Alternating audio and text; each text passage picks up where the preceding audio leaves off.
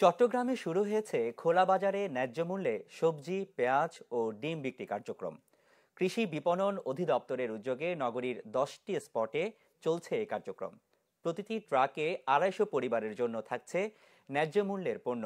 প্রতিদিন 2500 পরিবারকে দেয়া হচ্ছে ওএমএস এর এই পণ্য।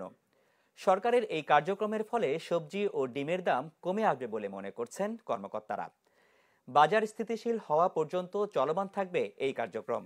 এতে প্রতি কেজি পেঁয়াজ 50, প্রতি ডজন ডিম 110 এবং 30 টাকা করে আলু মিলছে। শুক্রবার ছাড়া বাকি 6 দিন চলবে এই কার্যক্রম।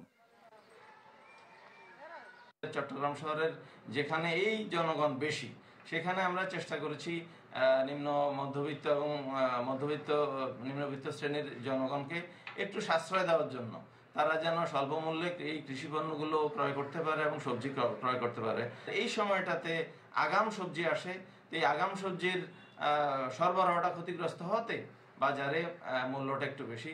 তো এই মূল্যটা স্থিতিশীল হওয়া পর্যন্ত সরকারের এই কার্যক্রম চলবে।